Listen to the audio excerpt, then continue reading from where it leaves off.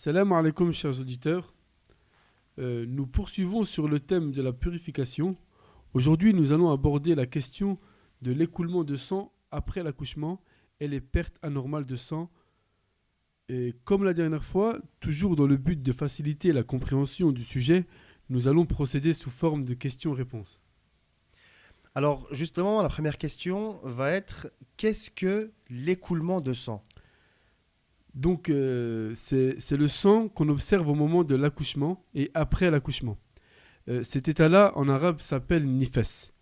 Donc, la femme est en état de nufsa, c'est-à-dire une femme en couche.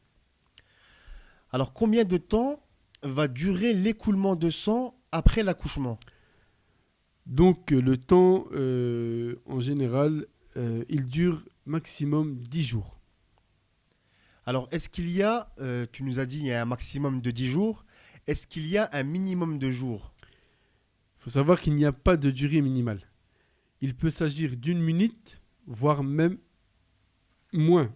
Donc, à partir du moment qu'il y a une première sortie de sang, elle est automatiquement considérée en nufsa. D'accord, alors est-ce que cet écoulement de sang, il est différent d'une femme à l'autre? Bien sûr, on sait très bien que les femmes ne sont pas toutes pareilles et que chacune son corps fonctionne différemment. Donc l'écoulement est différent.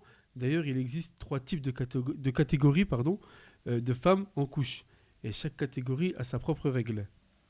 Donc la première catégorie, elle nous dit que la femme dont l'écoulement ne dépasse pas les 10 jours. Alors quelle va être la règle pour cette première catégorie? Durant les 10 jours, elle est considérée comme impure. Ensuite, la deuxième catégorie de femmes, c'est celle dont l'écoulement dépasse les 10 jours et en plus qui a un cycle de règles de 5 jours. Alors pour cette deuxième catégorie, est-ce que tu peux nous expliquer quelle va être la règle? La femme qui se trouve dans ce cas, c'est-à-dire femme qui est en couche et en même temps elle a sa période, doit se considérer en état de femme en couche, donc ça ne change rien pour elle, donc elle se considère en état d'impureté, quoi. Et pour les jours qui restent, comment la femme doit se considérer?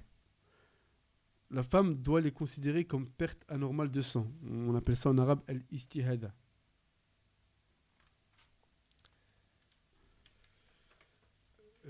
Ensuite, la troisième catégorie concerne à la fois une femme qui vient d'accoucher et dont l'écoulement de sang dépasse les 10 jours et en même temps qui a des règles, mais par contre celle-ci a un cycle de menstrues anormal. Et pour cette troisième catégorie, quelle va être la règle? Tout simplement, la femme qui se trouve dans ce cas va se considérer en état de nifas, c'est-à-dire en femme de couche. En femme en couche, donc comme tous les deux autres cas précédents, elle est impure, quoi. Alors ensuite, quelle est la règle pour la femme dont la période va de la fin de ses menstrues et des 10 jours de cette période de nifas? La règle, dans ce cas-là, la femme doit considérer cette période comme perte anormale de sang, istihada, et donc doit se purifier et doit rattraper ses actes d'adoration à titre compensatoire. Alors avant d'arriver à la dernière question concernant la question de notre auditrice, quelles sont les règles d'une femme en état de nifas? Les règles dans ce cas de figure sont les mêmes que celles d'une femme qui est en état de menstru. C'est-à-dire que voilà, elle est impure, donc elle n'a pas le droit de faire d'acte d'adoration. D'accord, et donc pour finir, ma dernière question, puisque on avait reçu celle-ci de la part d'une auditrice qui nous avait interrogé sur ce sujet, est-ce que tu peux nous rapporter ce qu'elle avait demandé et répondre à sa question?